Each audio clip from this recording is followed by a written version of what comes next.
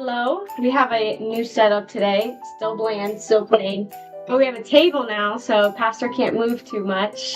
This is true. Yes, and then we have a whiteboard, so I thought maybe eventually we can write some stuff up there. Oh man, very cool. That wouldn't be bland at all. Yeah, right? Or you could show your very detailed artistic abilities. Thank you very much. You're welcome. Okay. So today's episode on the Time to Talk podcast, we are going to be discussing, what are we discussing? So what is Satan and how does his presence affect our lives and what is considered to be evil? So if you believe in good, if you believe in Jesus, then you probably have to believe in the devil too. So yeah. The devil is a spirit, and he's one of God's angels, but he went against God, and we don't know very much more than that about the devil.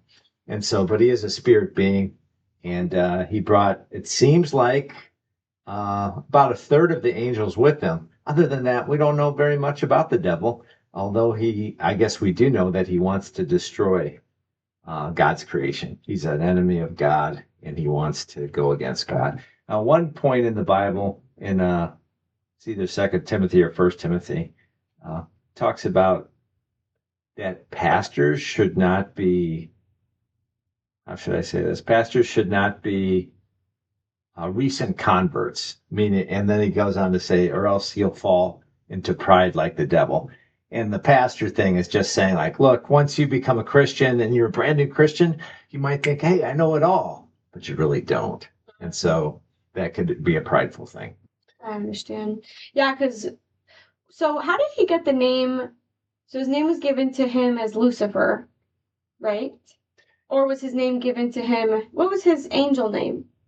I don't know. Maybe it is Lucifer. I think it was Lucifer, and then he became Satan. The word Satan just means accuser. And I don't know if that's a title or his actual literal name. And sometimes the Bible will call him the devil. But, it does say, I think, at least one verse that his name, there is at least one verse in the Bible that does call him Lucifer. So, boy, I'm not quite sure what to say to that. And I'm not ashamed because I don't know everything. Yeah. But the word Satan means accuser, also known as the tempter in the Bible. So I was reading something where I think a lot of people think that, I don't want to speak for everyone, but I know myself until recently, I think they think that the devil is similar to Jesus. So you know how Jesus and God, they can be everywhere at any time. Mm-hmm. Whereas the devil, he's not like that. So if I'm praying to Jesus, he's there with me, right? Or he's even with me if I'm not praying. Right. But the devil, he's not with me. Yeah. That makes sense. Like his actual essence, though, right, is not the same as Jesus. He's somewhere else, and he might even be in a different time. Wow. I don't know how accurate that is, but that was something I was kind of looking into a little bit. We always have to be careful because one time a person gave me this video, and on the video it had a picture, and it was the devil versus Jesus, and it looked like a World Wrestling Federation picture, and it made you think, oh, they're equals, and who's going to come out ahead? Right. No, God is way above the devil, and what you're talking about is omnipresence, and that God is everywhere all the time, and the devil isn't. However, the devil is pretty fast, and we forget sometimes that he does have demons with him. Mm-hmm. So are his demons, sin, so let's jump into sin and temptation. Mm-hmm. So the devil was actually with Jesus on the mount, right? Oh, during his 40 days of temptation. The devil was actually with him. Mm-hmm. It wasn't just sin like how we encounter every day, right? Were those the same thing or were those different things? No, the devil's right there with him. It says he's tempting him for 40 days and 40 nights, and that has to be assumed that he's right then and there. Mm-hmm. So I'm curious as to when we are sinning, is that people will say, oh, that's the devil. So the devil and sin, are those the same things? When people are like, oh, the devil, that's the devil's work, or that's evil, is that him? Yeah. Well, there was this comedian in the 1970s called Flip Wilson, and he had his own variety show. And that was his big favorite saying, the devil made me do it. Okay, but here's the thing: the devil did lead Adam and Eve into sin, but from now on, we're just sinners, and so we're gonna go against God. Now, the devil might tempt us, maybe even a demon might tempt us. I don't know how it all works, but here's the deal: the devil's got something to work with now. You have a sinful nature that's looking out for you and not for God. And so you don't need the devil to go wrong. Okay. I think sometimes we think, oh, the devil planted that thought. Well, maybe it's just my own sinful heart that planted that thought, or the world that planted that thought in my head. I think a lot of times what people see on the internet is something that is like a seed planted and it just grows and festers. Mhm. And so we just can't say, oh, the devil's the only problem. We're the problem. Lutheran theology always has this thing, this trio: the devil, the world, and our own sinful nature. And boy, once those aren't those, that's not the Three Stooges. Those are strong, and those can So the devil and sinful nature are two different things. exactly. Okay, They're two because I different think, things. like myself, and I think other people might assume that sin and devil are the same thing. No, You know what I mean? right. So I think when, like, when they're saying, like, if they're making mistakes or if something's, like, you see something bad on the internet or whatever, Mhm. or you hear a horrible story, whatever, you're thinking, oh, it's the devil. But it could just be our own sinful nature. That's what you're kind of saying. It's two different things. Right. It could be our sinful nature. You just you don't know. But here's the thing: I think sometimes the devil might throw a thought your way, and then you start to think about it, and then you see an example of the world. The world's doing the same thing, and then you're like, oh, they're doing it. I'll do it too. Mhm. So they all three can work together, and then it becomes very, very hard to deal with. It becomes a very strong bond. Because I know the devil tends to work in our minds. Like he likes to attack our minds and he likes to attack the weak parts of us. So, especially like, for example, worrying. So, someone who is a chronic worrier, Jesus tells us specifically, don't worry. Mm-hmm. He's got it. Whereas, worrying is such an easy thing to do. Mm-hmm. So, if it's constant, then the devil can that's the devil's work, right? If he's just like in your mind telling you negative thoughts, negative things about yourself, that's the devil, or is that our own sinful nature? I'm curious to distinguish the two. How do we know which one's the devil and which one's our own sinful nature? I'm curious. I'm not quite sure. In the end, I think it might be the same. I mean, what I'm saying in the end being the same thing or the same effect, whether it's the devil or my own self, or maybe the world coming at me, or maybe all three. It's still going to be something that's leading me to worry. Mhm. So I'm not quite sure what to say. Every different situation, you'd have to you yourself be omniscient, have to know everything that's going on. Omniscient. We got omnipresent and omniscient. Yeah. So what's omniscient? Omniscient. Omni means all, and the shent part of omniscient is short for science. So all knowledge, has all knowledge, knows everything all the time. Omnipresence is all and present, so present everywhere all the time. Yeah. Yeah. Interesting. So the devil is separate than our sinful nature, but the devil can work with our sinful nature. Absolutely. Yep. Okay, I hope that clears something up for some people because I was really confused for a second. Okay, so then I guess what do we consider like evil? I know it could just maybe depend on the person, right? Or maybe it's because I think something like our sinful nature, someone might say that's evil. And it is. It is? Okay. Yeah, so it's something that goes against God. So that's probably the easiest way to talk about it, is something that is against God or goes against God. That might be the best way to define biblically what evil is. Mm-hmm. So I'm in when the devil, or not the devil, Lucifer, whatever he was before, the fallen angels. Can we talk about them a little bit? Yeah. Okay.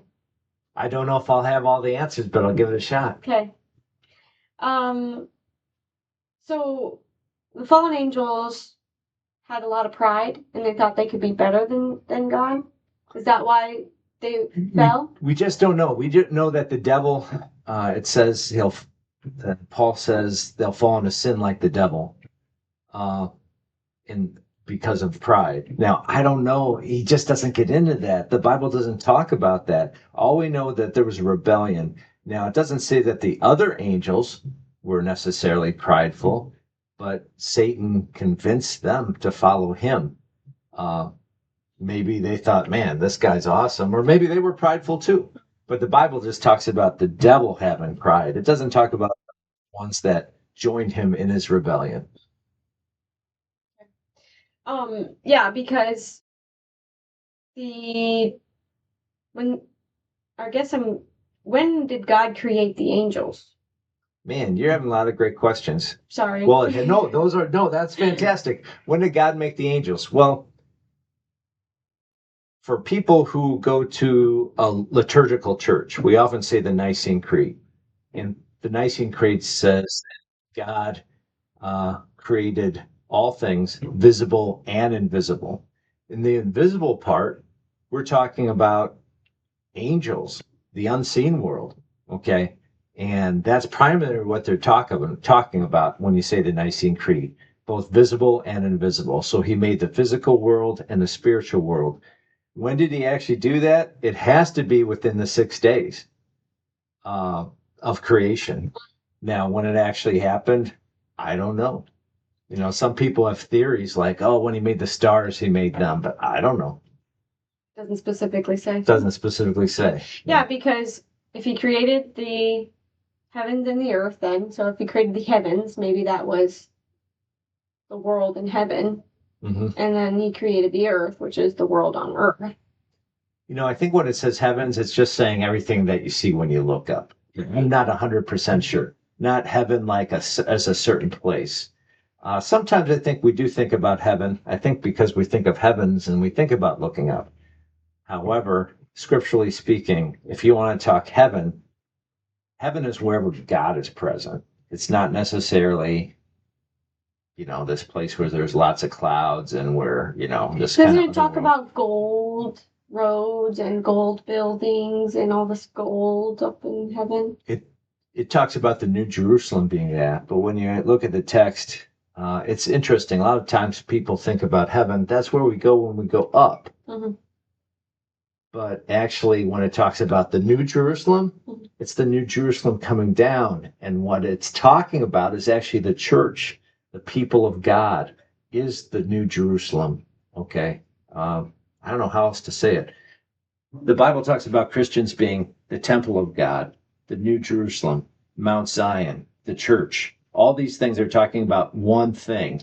But when it talks about all the gold stuff, don't stereotype it. I don't want you to, on the last day, goes, where's the gold? Yeah. There should be gold streets. No, that's not the purpose. The purpose is to say that God's people are made completely beautiful. And when you think about gold, you think of something precious, something beautiful. And that was why it talks about it like that. Oh, okay. Yeah, I think people take it literal. Like they try to picture heaven because, streets of gold. Yeah. So I think it gives maybe comfort in the fact that there is a place to go and that there's gold and it's beautiful and it's perfect and all these things. And maybe that's not quite what it is. It's interesting. Right. Once again, it's the people of God. And I could go through a number of verses that would say that it is the people of God. Mm-hmm. But I will say the ultimate goal always for the Christian, I know that this isn't it wasn't what I was taught. The ultimate goal of Christianity growing up for me was dying and going to heaven. That is not the goal of Christianity. The goal of Christians is Christ returning and resurrection and making this new heavens and this new earth where everything is right again, where the devil's out of the picture, death is out of the picture, illness is out of the picture, no more tears. But it's not like it's this immaterial world where I'm ghostly and I'm wearing a halo and I'm in a diaper with wings and sitting on clouds. In a diaper? Yeah. Yeah, like the little, okay, I know what you're getting at. Yeah, I know several years ago there was a commercial, a tire commercial. I was talking about angels and this little babies in diapers with little wings flapping. And it was a very cute commercial, but I don't think it helped people visualize what heaven really is. Right. And heaven is wherever God is present with his people, and we get to experience him. To a certain extent, you could say heaven is on earth when we celebrate in church together. I know people don't think like that because they're like, let me get out of here. But The football game's on 10 minutes. Exactly. But Jesus says, wherever 2 or 3 are gathered in my name, there I am. Jesus is God. So you get a little taste of heaven there. Then he says, here's my body, here's my blood for your forgiveness. There he is. And so this is like a preview of the time when he will come. And instead of him serving us with his body and blood, we will be eating and drinking with him in this new heavens and the new earth. So the goal is not clouds. The goal is terra firma, earth, okay, ground, but a perfect world. If anything. I think that's more peaceful than leaving this earth. I think so too. I think so. Okay, so going back to so we got an idea of heaven, and so the angels that he created in heaven, or wherever, earth, wherever they are at the moment, they might not be up right now, they are wherever God is at, which is the present. angels, So as in Jesus, angels? Yeah, are angels omnipresent too? No. Okay, so. Well, here's the thing. I just want to make sure that you realize that the devil is an angel and the demons are angels, but they're bad angels. Okay, they're the angels that went bad. Okay, I think sometimes we think angel, demon, 2 separate things. Yes. Actually, demons are angels, but they're bad angels. They're fallen angels. Yeah. Okay, and so if they've fallen, that also kind of makes us assume that heaven is up as well. Because you can't fall unless you're up. That's true, but you could say that but sometimes, I don't know. This is a certain date and time. Yesterday, Nico Harrison, who is the president of the Dallas Mavericks, at one time he was up, but then he fell after he made this ridiculous trade with Luka Doncic, and now everybody's saying, love Luka Doncic. The fall of Nico Harrison. And so he's actually not technically fallen, but he's fallen in people's eyes, and now he's completely hit the bottom. He was actually fired. Sense. Yeah, so that's what we mean when with the fall. Fallen. Yeah. Okay, got it. So I'm just so confused and curious as to why the angels, if heaven's so perfect, right? Why would they assume better? I know Lucifer specifically was pride, and so they are able to experience emotions then. These angels? Yeah, I believe so. And their biggest emotion is when we look at Jesus in his ministry, the devils freak out when they realize Jesus is present, and they're afraid that judgment day has already come. And they'll say, don't throw us into the abyss. Are you going to destroy us? Don't destroy us. So their lives are full of fear. And I will assume, but I think this is a biblical assumption, anger towards God. All right. And they know their time is short. Book of Revelation says the devil's on earth, and woe to the earth because the devil knows his time is short. So he's angry, and he's going to try to hurt God's creation, us, and all of God's creation. The devil doesn't like God's creation. Okay. So, because it's God's creation. And so he tried to corrupt it, and he was successful to a certain extent. But one day God will reclaim this creation, and everything will be perfect. And the fallen angels did not actually just fall from heaven. They were seeing, God looked at them lesser. Yeah. And thought of them as, well, you're not worthy, and to be up here, or to be not up, try not to say it. Yeah, to it's be so with hard not me. to. Yeah. Now, can angels be redeemed? No. They're done. So once you're done, you're done. They're a done deal. And I don't know how else to say it. I'm not quite sure. And the good angels can't go bad. The Bible talks that they're always in God's presence. And so the way that almost means like they always have this positive relationship with God. So I'm not quite sure what to say. The Bible never talks about angels being able to turn and go good. Yeah, because I was thinking if you can go bad, then maybe you can go back to being good. But then that would make them almost that wouldn't make them humans because Jesus died on the cross for our lives, whereas he didn't die on the cross for the angels. Right. There's this crazy story that Martin Luther used to tell about back in the day during the Nicene Creed. People would bow when it said that he became man. And, anyways, apparently this one peasant did not bow, and then the devil appeared and punched him in the face and said, "Look, if Jesus, God, would have turned into an angel, became an angel like me, I would be bowing, and you're not bowing." I mean, it's I'm sure it's a made up story, but the point is that this is an honor, and pretty soon we're going to be celebrating Christmas. That's really what Christmas is all about. God becoming flesh to save us. It's not about, oh, Mary and the cute little baby, but we can turn it into that. And that's really missing the point. If you want to see I can show you a lot of moms with babies, and it's very cute. But it's this baby is God, and that's what really should blow our minds. But we've almost turned it into this quaint little pretty story, fairy tale almost. So, anyways. Interesting. I wonder. Oh, yeah. Okay. Interesting.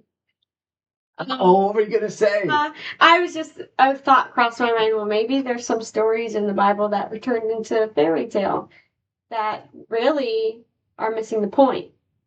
Yeah, well, I've always gotten the impression that almost like Cinderella, that the way we look at Mary is almost like Cinderella. And there's like pictures of angel appearing to Mary, telling her that she's going to give birth to Jesus, yes, where she's like sweeping the floor, and she's like Cinderella, and oh, you're so good, I'm going to give you this. And it kind of, there's this connotation when I think about it. Maybe nobody on earth has ever thought of that, but it almost seems like they turn it into Cinderella's story, this lowly girl. And she is lowly, and she confesses and admits it that she's lowly.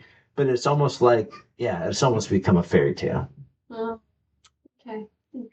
Yeah, we always have to put so much emotion into stories and make it more or less than what it is sometimes. It's a great definition, and I don't mean to get so emotional, but I do get emotional about Christmas because I think we have so many pictures of cattle lowing and the poor baby wakes. But the Bible doesn't say anything about any cattle. Were there any cattle there? And from what we know from archaeology is that most Palestinian houses had a little place that was part of the house where it was one step down, where they brought in the animals during the night so they wouldn't freeze or the robbers wouldn't attack them. So they're inside the house. And so probably they're just in this lower part of the home. It says that the Bible actually doesn't say technically that there's no room in the inn. Technically, it says there's no room in the guest room or upper room. And so probably they just had to sleep there. And we actually find in archaeology, the mangers, they're not just wood pieces. A lot of houses just simply have imprints in the wall, indentions where you put the feed for the animals. So maybe they put some cushions in there. Probably Jesus was born in the house in the upper room, but then they put him in this little section. But anyways, I wish I could say more about it, but that's just the point. Mm-hmm. We put a lot into the story that we just don't know about. Okay, interesting. Yeah. I like it. All right, so the Bible really doesn't talk much about the angels, the fallen angels specifically, but it doesn't talk about the Nephilims. Yeah, heard of those? Yeah.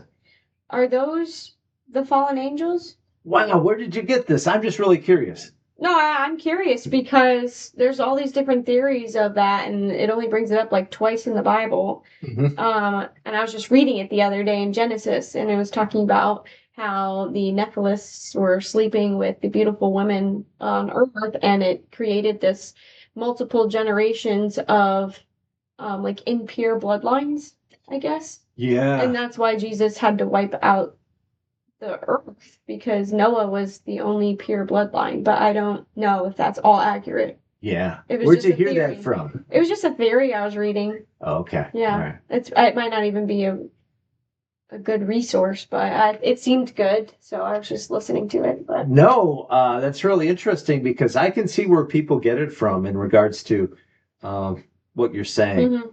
There, it says this. It says that the sons of God, Yeah, which also threw me off. yeah, saw the daughters of men Yes. and thought they were beautiful, and so they married them. But here's something. Oh, they actually married them. I thought they were just sleeping with them and making a ton of babies out of wedlock or whatever. Oh, I didn't know that they married them. Yeah. Does it say married? I do believe it says that they married. Okay. But here's the deal. How do you define sons of God and daughters of men? All right. Sons of God could mean God's children, ones who are faithful children, and daughters of men might be daughters of unbelievers. Okay. And so the sons of God, righteous, saw the daughters of men, unrighteous, and they got married, and the daughters of men led them astray.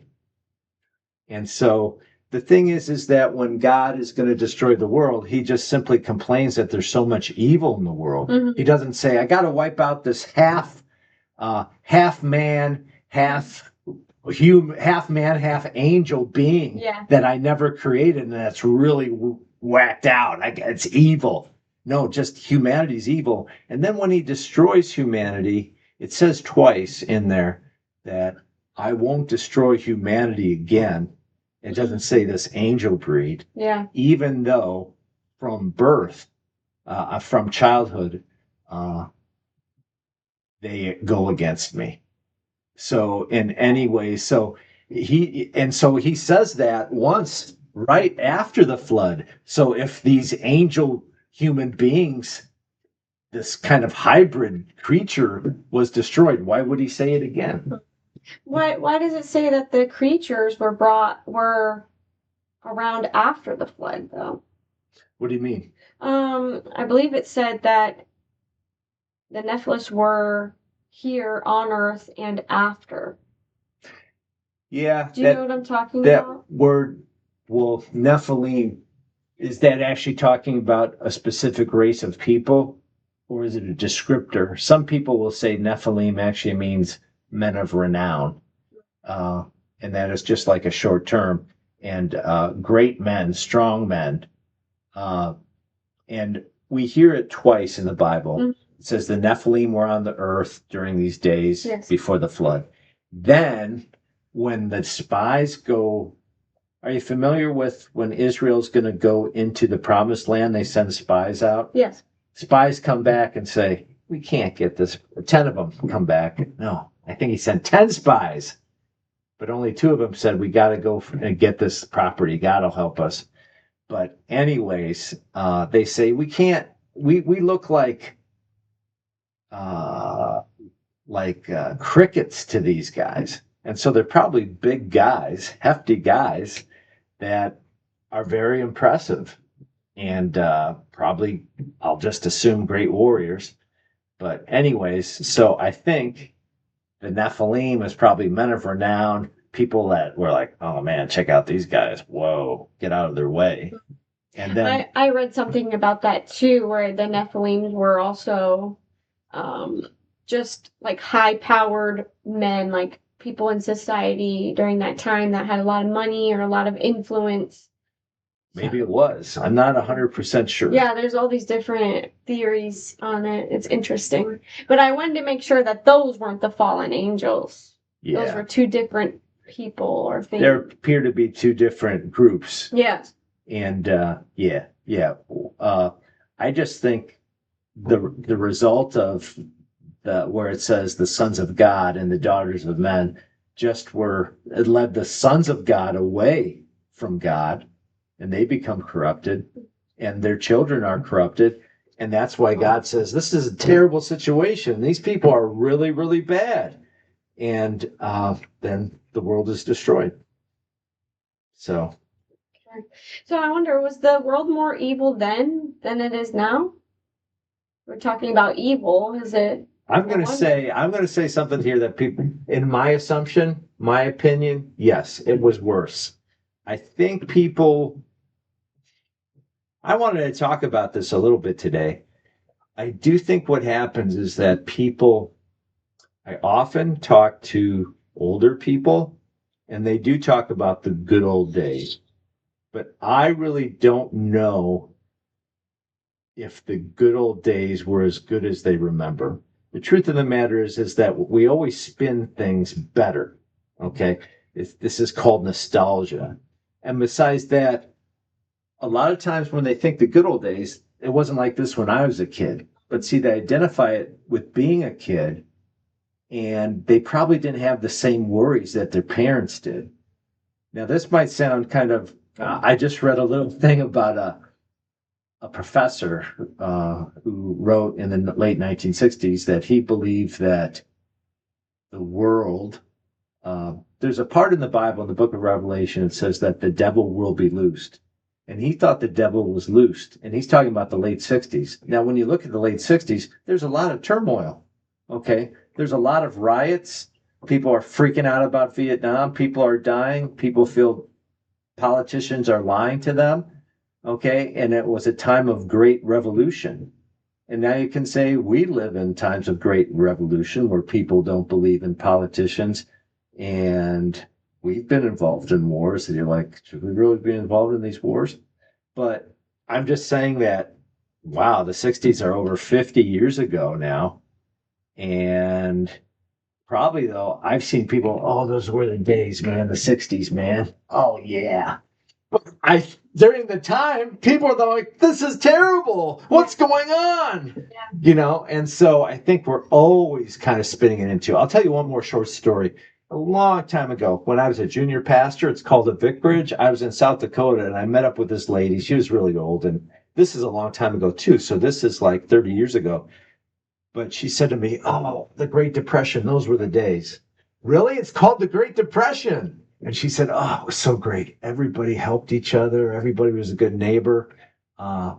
It just, you know, she talked about it with such fondness that she wished she could go back to those days. Now, I wonder if what her parents thought.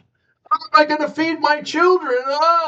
You know, it's interesting how we can, I believe nostalgia plays a role in this. But do I think the world was better then? Or how was it worse then? I think it was, because here's the deal. Only the Bible says that it was just Noah and his family that were saved. Those are the only righteous people on planet Earth. I think there are more than 8 righteous people on planet Earth right now. Okay. I hope so. She's saying, I don't know about my pastor, so.